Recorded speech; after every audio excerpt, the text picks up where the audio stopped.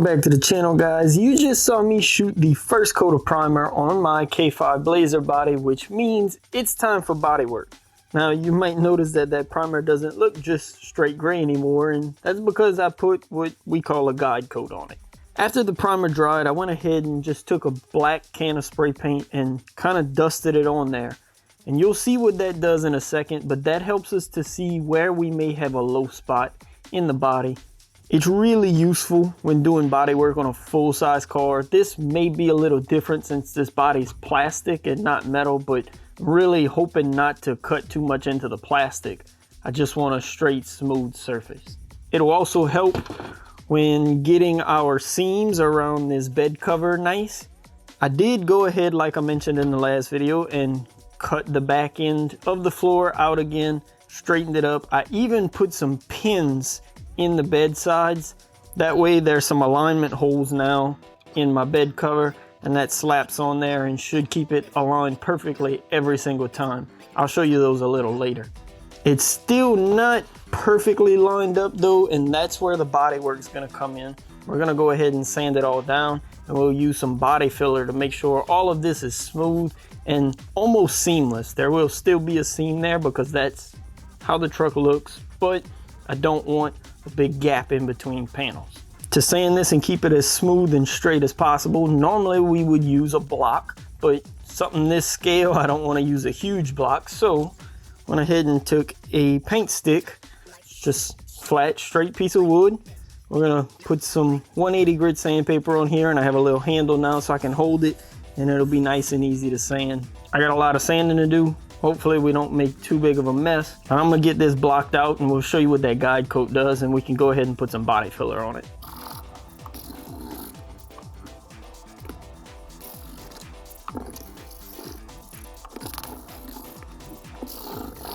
I'm not sure if it was something you could see on camera, but I had a little trouble with blocking out. I'm not sure if it was just the primer that I used or maybe a reaction with the paint that I used as a guide coat, but the sandpaper was actually clogging up a good bit with primer, and it was actually leaving it on the body. It didn't sand too well. So I actually headed outside and sanded this with an orbital sander, a little palm one, just to knock all that down, get a smooth surface. And we're gonna sort of do a restart.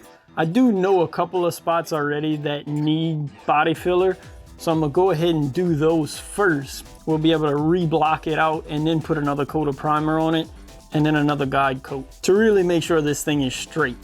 A couple of those areas, for one, is the original body mounts here. I won't be using these, so we're gonna fill those up. Just a little body filler, and then I'll have to come in and actually mold this body line, this door panel line back in. The other spots are around the bed cover, like I mentioned. You can see what my guide coat did here, where you still see the splatters of paint. This is where, if I'm sanding smooth, there's a lip here. So my sandpaper is hitting on the cover here, and it's hitting down here, but it's not hitting in the inside here. That's a low spot. So we're gonna put a little body filler there. Same thing on the top, as well as on the other side. I'm actually gonna remove the bed cover to do this because I wanna make sure I get some body filler on the sides here and on the top, but I don't wanna actually like put those two together. I don't wanna lose this seam. I'll be able to put the body filler on, sand my seam back down smooth, and then come back and block this out flat. So let's get a little bit of body filler mixed up, and we're gonna put on those couple spots, and gotta let that set so we can start sanding again.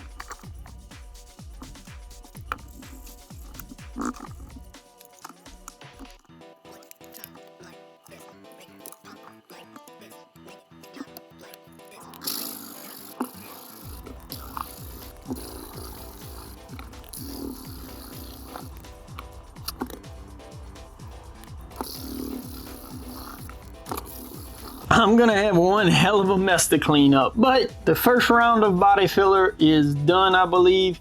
You saw I went ahead and sanded with the block. I actually used a couple of different blocks that I had and blocked out that Bondo as best as I could. You might have noticed what I was doing, but basically, like I said, we're smoothing out the surface, blocking down, filing down the Bondo until it meets smooth with the surface of the body. In the areas like the body line here, we wanted the Bondo to be flush with the side, but still want it to meet down with the original body line. We just want it to feather edge. As you can see, we got a little bit of a feather edge there. There's still a couple of spots that I know I'm gonna have to add. One is right here. As you see, there's no feather edge there, and that's because I actually need to add a little more Bondo there. We're flush here, but there's a dip here. I could feel it with my finger. But the next step is actually gonna be to put another coat of primer on it. It's gonna be a whole lot easier to tell where we need more Bondo, where we need to maybe fill some areas in or sand them down a little further with a fresh coat of primer on there. We'll do another guide coat, like I said. And if that blocks out pretty smooth, that should be the last coat of primer. We'll be able to water sand everything and be ready for paint. I also went ahead, like I mentioned, and filled in these body mounting holes at the bottom. I even molded the new door panel line in that hole.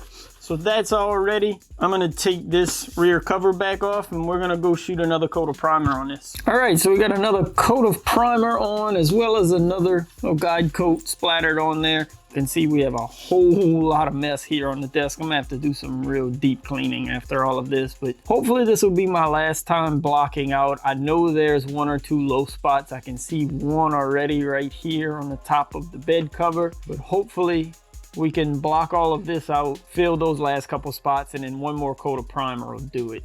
We can water sand and be ready for paint.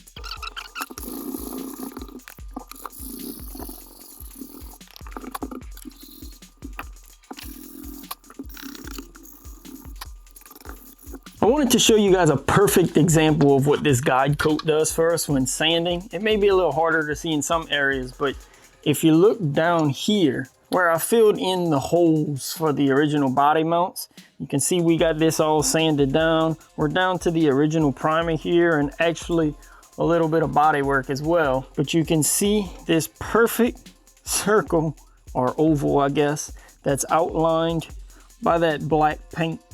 That guide coat works perfect for that. Shows us, hey, you know, if I wouldn't have that there, it'd probably just look like a flat surface. It would look all the same color. But since we're sanding with a smooth block straight over this, that's a low area right there. Pretty simple enough to just use a little glazing putty. It should go over that perfectly fine, fill that in. But that shows you a really good example of that. I have a couple more areas. You can maybe see one here where we have a couple little splatters of paint left. We're sanded down actually to the original plastic here and then to the original primer here. And there's a low spot in between there. Same thing at the corner of the cab here. But overall, we're pretty smoothed out, got rid of most of the imperfections. I think a little bit of glazing putty is gonna finish this off. Do a little bit of blocking out after that, and we're gonna put one more final coat of primer so that I can water sand it. And I think that'll wrap up the video for today.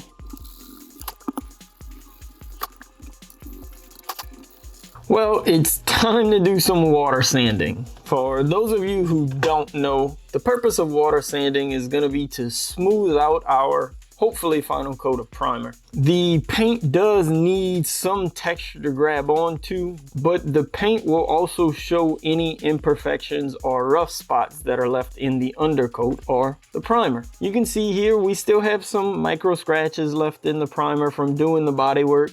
This last water sanding, hopefully last water sanding, will get those scratches out. I also put another guide coat on because that'll let me see any final little pinholes or dips. We'll still be using a block to sand, but some different blocks this time. These are some softer blocks. This one has a hard side and a soft side. It's a little flexible, but it'll still let us keep the sandpaper straight. This one's a little more flexible. It'll help me get in some of the curves, like the body lines by the fenders. The sandpaper, I'll be using some 600 grit. Normally I'd probably use 400 here, but 600 is all I have. It'll work the same. I normally do this outside using a bucket, but I wanted you guys to be able to see what we're doing here. So I have a old container here filled with a little bit of water. We're just gonna get at it.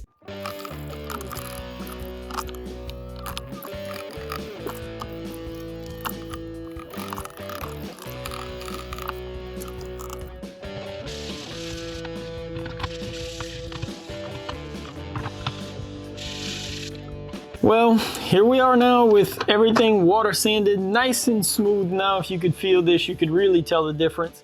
Full disclosure, I will likely put another coat of primer and water sand again off camera. I mainly just want to have a nice layer of primer. I don't want any original body plastic here or the original primer or filler. And even in some spots you could see there was some deeper sand scratches that I wasn't able to get fully without removing all of the primer. So just one more light coat of primer and water sanding should do the trick, but it's the same process. I don't need to bore you with that again. I'm super happy with the way this body's turning out, though. These bodies are pretty nice from the factory, like ready to be painted. Scuff them up a little, but with some of the modifications I made and getting this thing back straight and everything fitting well, I'm pretty impressed with how everything fit together and how it's feeling and looking. Next up for this is finally gonna be paint. I was gonna hold off on paint until I had all of the bodywork on the chassis finished, because some of the parts of the chassis are gonna end up the same color as some of the parts on the body, and I was gonna try to knock it all out in one lick, but it's a lot of different parts. I think we're gonna go ahead and focus on painting the chassis in its own video. We also have to finish off the priming of the interior parts. All of this stuff needs another coat of primer. It will have to be water sanded as well, and then we can get into painting that. Let me know what you guys want to see first. Do you want to just see some paint shot on this body and the body kind of set and ready to go for everything else? Or would you rather see me go ahead and get the interior ready for paint? I'm realizing as I'm getting things ready for paint now that I have a whole bunch of parts that needed to be painted, and the color schemes that I have in mind, different things need to be the same color as other things, and it's a big process. I'll probably be painting the same color over at different points. It's just a lot, but bear with me. Like I said, let me know down in the comments below. What do you want to see first? Do you want to see body paint? Do you want to see interior paint? Do you want to see the chassis get painted first? We're actually getting to the point of a semi-complete truck now. I mean, the chassis does roll and move. The body's just about ready for paint. Like, we're getting closer to the end of this project, but we still have a ways to go. Make sure to leave a like if you've enjoyed all of these videos around this truck. You guys have seemed to really enjoy this build, and I'm absolutely loving it. I can't thank you guys enough for the support on this build and on the channel in general. Make sure to subscribe so you don't miss any more videos on this truck in the future. And as always, thanks again for watching. Peace.